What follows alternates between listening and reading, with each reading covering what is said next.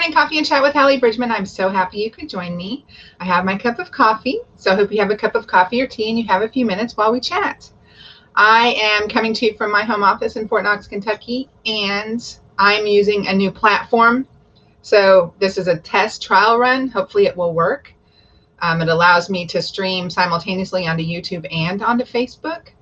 And so both platforms will feed to me. So if you have a question, you can type the question. And if you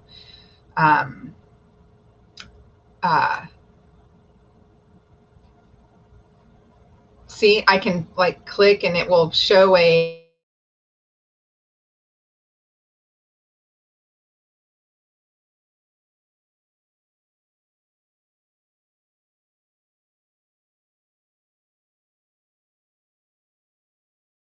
show Charmaine. Good morning. Good morning, Charmaine. I'm so happy this is working because yay.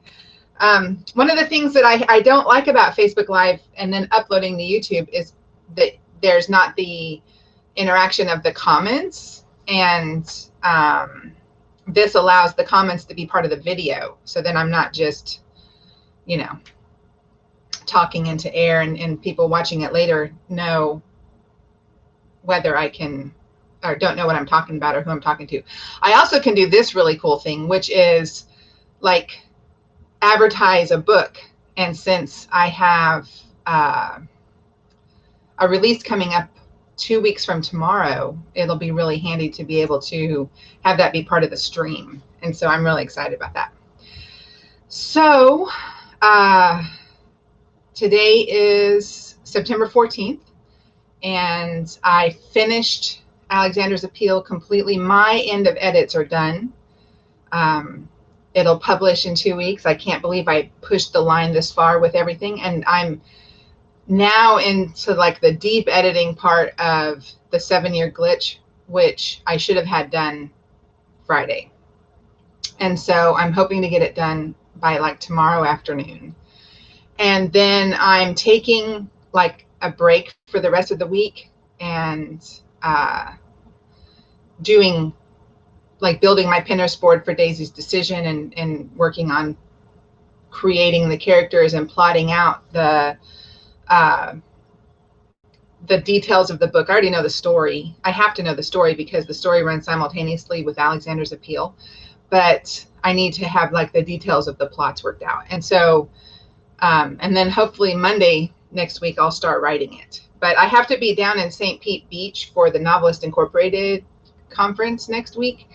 We're flying down Tuesday. And so I don't know how much actual writing time I'll have, but I'll start it. I'll get it going. And hopefully that one will publish this winter. That's my goal, because I have the 3 books for Ravel that I have to have done by next September. And so I really need to bust out Daisy's Decision really fast. However, okay, so back to Alexander's Appeal. Yesterday I finished all of the final edits and I started reading it.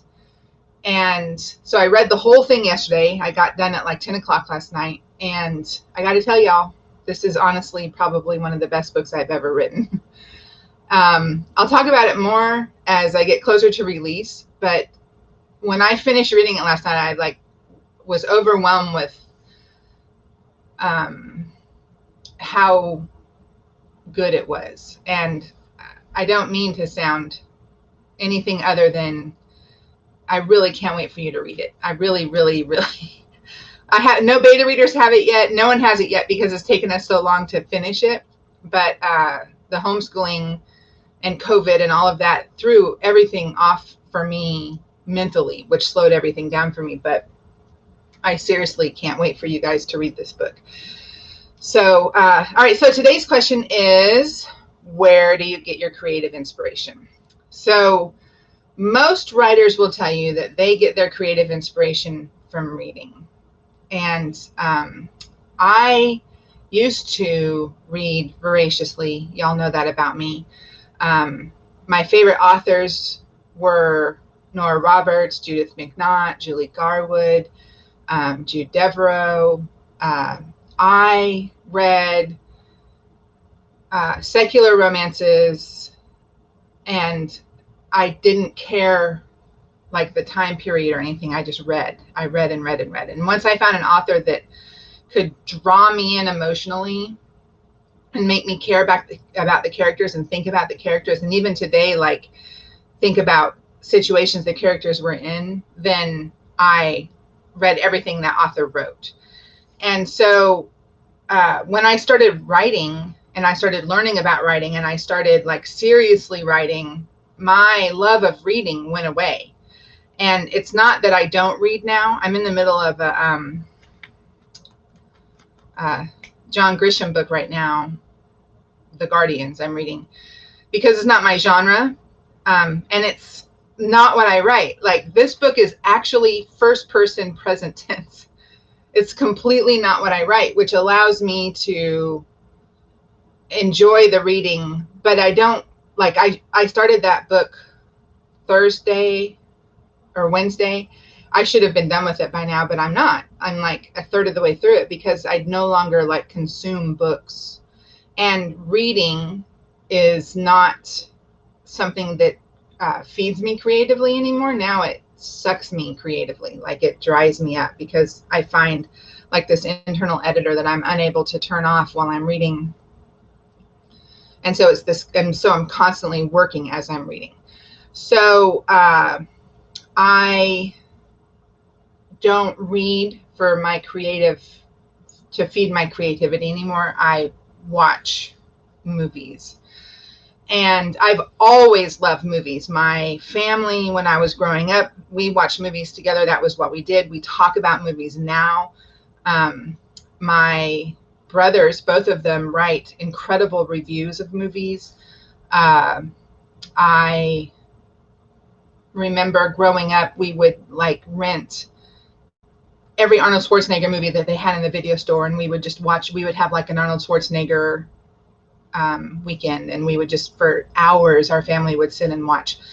My brother and I would collect soda cans, pop cans in Oregon, and we would spend all summer collecting pop cans so that we could go see a movie release. We would be able to pay for the family to go see a movie release. That was a big deal to us. And then when I met and married Greg, he loves movies too. The two of us are movie lovers, and most of our date nights involve a movie. I remember when my parents had the boys and Kaylee was gone, and so it was just Greg and I for like a solid week, and there was nothing in the movie theater, and we were both like, what? Like, we normally would say, okay, let's go see the 10 movies we've been waiting to see. And it was like this summer, there was nothing. And we were so disappointed because there was no movie for us to go see.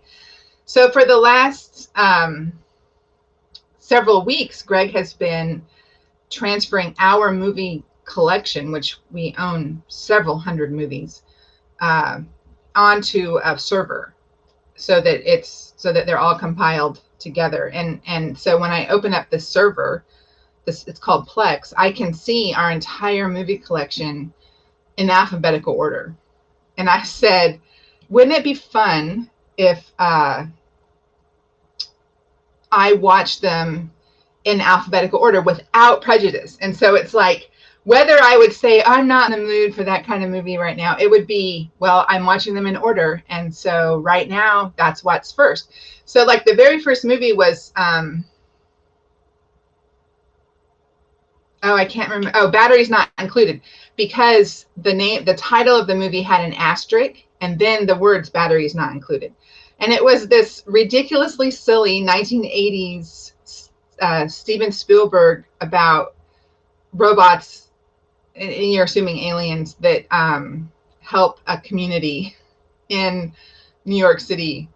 And it was so silly. And I never would have said, oh, that's the movie I'm in the mood to watch. And so I actually had to like pause it. It took me a couple of days to get through the whole thing. And then the next movie was, I don't know.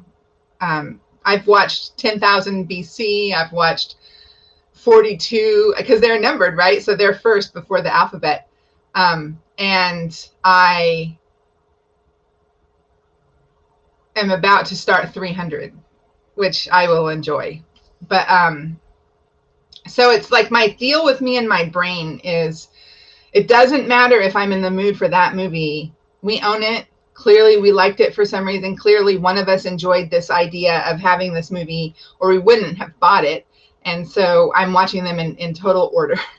And there's like I said, like 500 of them. So that'll be, years of work. However, like when I finish the 7-year glitch and I take that break at the end of this week, there will be a lot of movie watching for me, because what that will do for me is like fill me back up creatively in a way that nothing else will. And when I finished Alexander's Appeal and immediately started writing the 7-year glitch, I was completely creatively drained, but I didn't feel like I had the time to give myself that creative break. And I think that if I had allowed myself to stop and take those couple of days and just watch a bunch of movies, then I would have been filled back up, and I wouldn't be 4 days past the deadline and still editing. I think I would have been done and time would have been better. So I'm back to in this mindset of you need to fill your creative energy stopping for 2 or 3 days after you finish a book and just watching a movie while you fold the laundry that you haven't folded in a week or two because you've been under deadline. Those are the kind of things that you need to do for your creative energy. And when you finish a book and you've exhausted that, something has to fill it back up. You have to take the time to fill that fuel tank. And so that's how I do it. I do it with movies. And just having everything like on this Plex server thing that we have is really cool because, like I said, they're in alphabetical order. Greg has done like there's like sections of just animation. So I won't go into that one because I'm not an anime fan. I don't really care about the superhero cartoons, but Greg and the boys love anime and they love the superhero cartoons. Like they have entire seasons of Batman and Super Friends or whatever. So I won't go into those, but they're not even in the alphabetical list. They're separate. Charmaine says, I show it. I love that I can do that. The time wasn't wasted. That's true. I know that now, like I'm allowing myself, even though I feel the pressure to get started on Daisy right away, I'm going to give myself the time to relax and let my creativity get redone. So, but there's like a section in the server where it's the collections like Harry Potter, Star Wars, Star Trek. I love the Star Trek movies. So when I finish the alphabetical list, then I go into the collections and then I'll do like a Harry Potter marathon, a Star Trek marathon, but I'll also do those in alphabetical order, and I'll also do those without prejudice. It'll be like, you don't get to pick. So anyway, so that's the answer to the question. How do I feed my creative energy? Thank you for that question.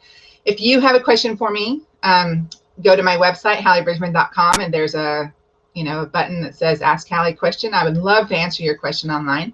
And I get to do this now. Look, how cool is this? Alexander's Appeal is on pre-order. It releases on the 29th. Y'all, seriously, this book, you're going to love it. I love it. I can't wait for it to release. So I'm going to get back to work on editing the 7-year glitch, and I will see y'all next Monday. Have a great week. God bless you. Now I have to figure out how to end this thing. Let me see if I can do that.